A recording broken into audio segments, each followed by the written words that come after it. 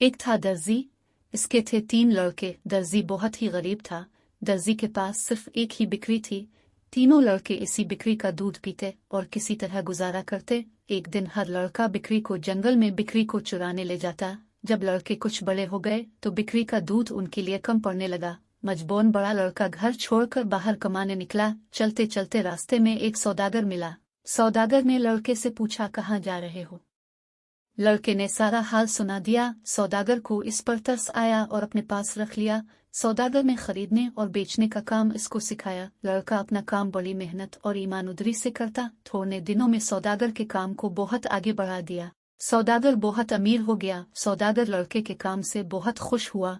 जब काम करते करते का बरस गुजर गए तो लड़के ने घर जाने की छुट्टी मांगी। सौदागर ने खुशी से छुट्टी दी और कहा, मैं तुम्हारी काम से बहुत खुश हूँ। तुम्हारी ईमानदारी के बदले में तुमको ये अजीबो गरीब गधा देता हूँ। ये गधा अपने साथ ले जाओ। जब तुम इसके मोने पे थैली बांध के कहोगे उगम, तो ये फौरन सोना अगलेगा और पूरी थैली सोने से भर देगा। खा थैली कितनी ही बड़ी क्यों ना हो। लड़का खुश खुश घर रवाना हो गया। चलते चलते रात हो गई। लड़का एक सराय में ठहर गया। भटियारे से लड़के ने कहा, खूब उम्दा उम्दा खाना लाओ। भटियारा अच्छे अच्छे खाने पकवा के लाया। लड़के ने सोने के टुकड़े भटियारे को दिए। बहुतेरा बुराकिश हुआ और सोचने लगा, ये सोने के टुकड़े लड़के के पास कहाँ से हो ना हो कोई खूबी इस गधे में जरूर है। ये सोचकर भटियारा जागता रहा। जब लड़का सो गया तो गधा चरा कर ले गया और दूसरा गधा उसकी जगह बांध दिया। लड़का अंधेरे मुहे उठा और गधा लेकर रवाना हो गया। इसको अपने असली गधे की चोरी का कोई हाल ना मालूम हुआ। घर पे नचा तो इसको देखकर बाप और भाई सब जमा हो गए और खुशी खुशी बातें करने लगे। बाप, कहो बेटा, परदेश में क्या क्या सीखा? लड़का, सौदागरी। बाप, हमारे लिए क्या लाए हो? लड़का, गधा। बाप, तौबा करो, गधा लाने की क्या जरूरत थी? यहाँ सैकड़ों गधे मारे मारे फिरते हैं।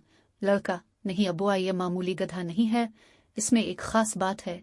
बाप, वो क्या खास बात है? बेटा, इसमें खास खूबी यह है कि इसके मुँह में थैली बांधी और कहीं के उगल तो ये फौरन सूना उगलने लगता है और थैली को भर देता ही। खा थैली कितनी ही बड़ी क्यों ना हो। बूढ़ा दर्जी बेटे की बात को ताज्जुब से सुनता रहा और शक की नजरों से देखता रहा। आखिर लड़के ने बाप के शक को दूर करने के लिए कहा कि अपने दोस्तों को बुलाए, मैं अभी सबको दौलत से मालामाल किए देता हूँ। दर्जी ने अपने खास दोस्तों को ला के जमा किया और दौलत हासिल करने की खुशखबरी सुनी। सब लोग आ गए तो लड़का गढ़ लेकर आया। इसके मुँह में थैली बंधी और कहा कि उगर, लेकिन गधा जू का तुम खड़ा रहा। लड़के ने कमरतबा चला चला कर कहा कि उगर उगर, लेकिन नतीजा कुछ ना निकला। थैली जैसे खाली थी वैसी ही रही और गधा चुपचाप खड़ा रहा। अब लड़का समझा कि भटियारे ने गधा चरा लिया। दर्जी अपने दोस्तों के सामने बड़ा शर्मिंदा हुआ।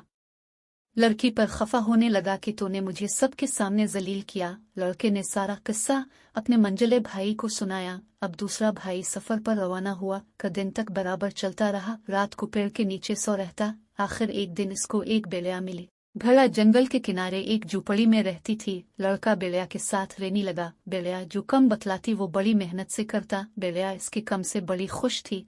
एक दिन लड़के ने घर जाने को कहा। बेड़िया ने दुआओं के साथ रुखसत किया और कहा, देखो बेटा, मेरे पास एक सिपिनी ही, जब कहोगे कि उभर जा तो ये बेहतरीन खानों से भर जाएगी और जितने ओदेम बैठे होंगे पेट भर कर खा लेंगे। तुम ये सिपिनी लेते जाओ। लड़का सीनी पाकर बहुत खुश हुआ और घर की तरफ चला। रास्ते में से वही सराय मिली जहाँ बड़े भाई का गधा चोरी हो गया था। रात बिसर करने के लिए रुक गया। भटियारे ने खाने के लिए पूछा। लड़के से कहा, मैं तुमको खिलाऊंगा।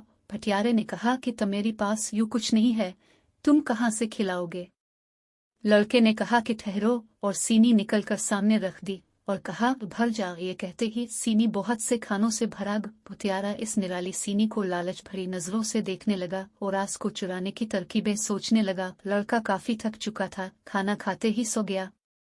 भटियारा ताक में तो लगा ही हुआ था। जब लड़का सो गया तो चुपके से आया और सीनी उठाकर ले गया और उसकी जगह दूसरी सीनी रख दी। लड़का सबा सवेरे उठा और सीनी लेकर घर रवाना हो गया। घर पे नच तो बाप और भाई सब इसको देखकर खुश हो गए।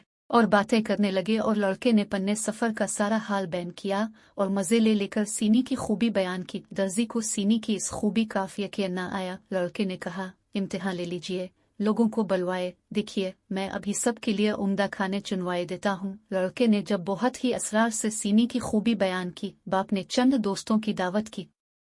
सब लोग गोल दारा बनाकर बैठे और बीच में सीनी रखी। लड़के ने कहा, ये भर जा, लेकिन सीनी खाली की खाली ही रही। इसने फिर कहा, भर जा, लेकिन कुछ भी ना हो। 3-4 मर्तबा चला चला कर कहा कि भर जा, भर जा, भर जा, लेकिन सीनी वैसे की वैसे ही खाली ही पड़ी रही। सब लोग लड़के का मुँह तकने लगे और उसे झूठा बताने लगे। लड़का बहुत शर्मिंदा हुआ और बाप तो शर्म से पानी पानी हो गया। लकी को एक तो सबके सामने शर्मिंदगी का अफसोस था और दूसरा असली सीनी के गुम हो जाने का। इसने अपने चौथे भाई को बुलाया और सारा किस्सा बतलाया। ये छोटा भाई समझ गया कि यह भटियारे की ही शरारत है। सीनी और गधा दोनों इसी ने चराए हैं। छोटा भाई बहादुर भी था और अक्लमंद भी। हिम्मत बांध कर रवाना हुआ कि ये दोनों चीजें जरूर वापस लाऊंगा। का दिन गुजरने के बाद इसका गुजर एक मैदान से हुआ।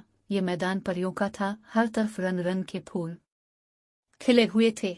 हर घास सब्ज मखमल की तरह फैली हुई थी। बीच बीच में पानी की सफेद नहरें बह रही थी। हुआ खुशबू में बसी हुई थी। लड़का दम लेने के लिए टिरगा हुआ कि मस्त खुशबू ने आंखों में नींद भर दी और वो जल्द ही एक गुलाब के पौधे के पास पड़कर सो रहा। लड़का अभी सोया ही था कि नीलमपरी, जो इस गुलाब में रहती थी, उतरी और इस लड़के को हुआ में लेकर उड़ गई। दूसरे दिन लड़के ने अपने आप को एक बहुत ही घने जंगल के बीच पाया। वो कहाँ है, यहाँ कैसे आया? अभी इन बातों को सोच ही रहा था कि सारा जंगल तरह तरह की आवाजों से गूंजने लगा। सीन के बाद यकबैक लाल रंग की रोशनी जंगल में फैल गई। लड़का बड़ा परेशान हुआ, बार बार सोचता, कुछ समझ न आया। इतने में बड़े जोर की आवाज इसके कानों में पड़ी और सारा जंगल नीले रंग में रंग गया। इस आवाज को सुनकर लड़का कांप गया और घबराकर एक तरफ भागा। इसके भागने पर जंगल की सब परियां हंस पड़ी।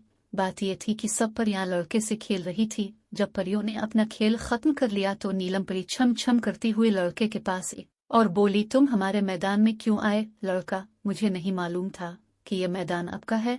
यहाँ आना मना है, अब कभी नहीं आऊंगा। नीलम परी हंसते हुए, क्या मैदान पसंद नहीं? लड़का, जी मैदान तो पसंद है, लेकिन जंगल और नीलम परी क्या डर लगता है? लड़का, जी हाँ। नीलम परी, अपनी आंखें बांध करो। उधर लड़के ने अपनी आंखें बांध की। उधर परी ने अपना आंचल हुआ में लहराया और सारा जंगल फिर हर भरी घास में बदल गया। लड़के ने आंखें खोल दें और हरा जंगल देखकर जान में जान आई। लड़के जब जरा इत्मीनान हुआ तो नीलम परी ने पूछा कि तुम कैसे आई?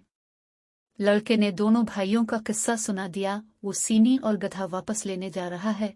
परी ने ताली बजी। 2 देव हाजिर हुए। जाओ, सराय वाले भटियारे से सीनी और गधा छीन लाओ। देव आनन फैनन सराय में प्रेनचे और सीनी और गधा फौरन ले आई। परी ने लड़के से कहा, ये सीनी और गधा लो और साथ में एक डांडा भी दिया और कहा, जो शख्स तुम्हारा दुश्मन हो इसकी तरफ इस डंडे को फेंक कर कहना, नाच। फिर ये डांडा इस आदमी की पीठ पर खूब नाच दिखाएगा, इतना मारेगा कि वो आदमी बेहोश हो जाएगा। लड़का सीनी, गधा और डांडा लेकर घर जाने के लिए हो गया। परी ने देव को हुक्म दिया कि जाओ, लड़के को घर तक पहुंचा। अलिफा। देव ने हुक्म पाते ही लड़के को तमाम सामान के साथ हाथ पर उठा लिया और हुआ में उड़ता हुआ घर पहुंचा दिया। घर के सब लोग जमा हो गए।